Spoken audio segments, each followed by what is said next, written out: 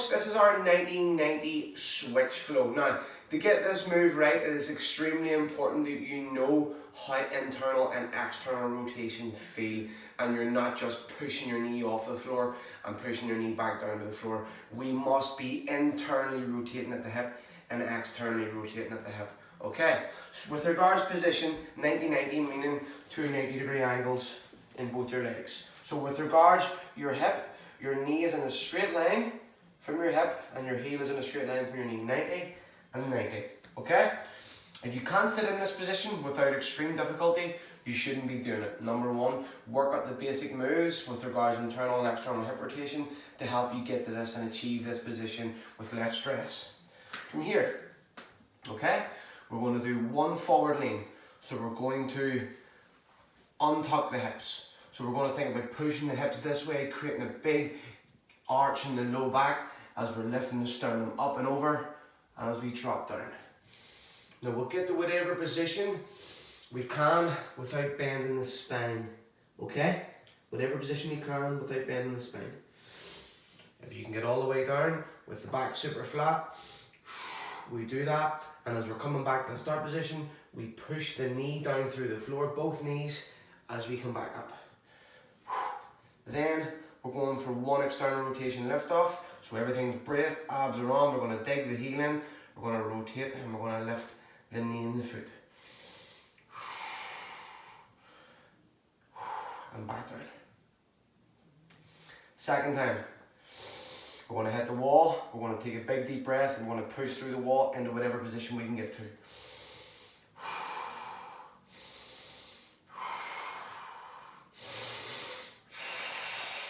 Whenever we can't go any further, we're going to continue to push this knee, externally rotating, and we're going to slowly let the other one follow. Keep pushing both apart like there's an invisible force field in between our hips. The other hand comes down, and we're into the middle position. From here, we're going to internally rotate at the hip, 2 reps each hip. We're going to go 1. Now, although I know I can internally rotate much further at the hip, this is where my little block feels today for the first time, so I'm not going to push past it. I'm going to externally rotate as I pull back out, so I should feel that on the outside of the hip. Meanwhile, the right hip is still being pushed in the abduction external rotation. Continue internally rotate the lead hip again, get to that nasty spot and hold. There's no point pushing on down here if we're compensating and things are moving out of the way, okay? Go to wherever we can that keeps the hips firmly on the floor. 2 rotations, right hip this time.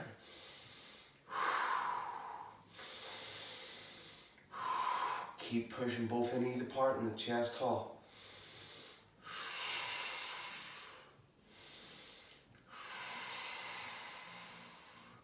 From this position here, if you don't have the mobility, you can scooch your hips back toward the wall and lean back, or if you have good enough mobility, you can come into here, and all we're going to do is try and push the knees in as the knees are being driven out.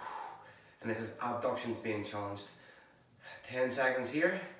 We're going to bring the hands onto the inside, push the knees out with your elbows, squeeze the knees back in with your hips. This is fire and hip adduction, 10 seconds. After the 10 seconds, continue with the lead leg, push on through, hand comes down, push, keep pushing, keep the distance. Whenever it touches the other hip, we'll follow around. And we repeat the same scenario. If we've lost our angle, we can adjust it ever so slightly, untuck the hips, reaching that sternum up and over. We're not bending the back here, keep the chin in neutral. Driving out through that lead leg, driving this knee into the floor too for internal rotation, and we repeat.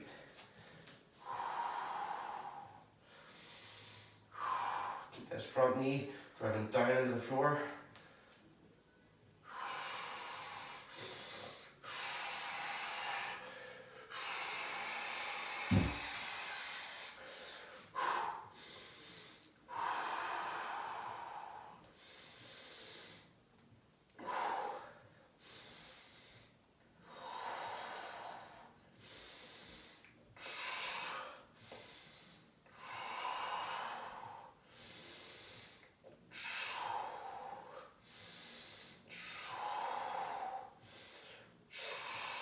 Just the hands.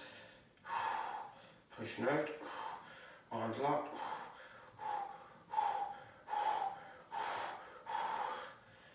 Pushing in.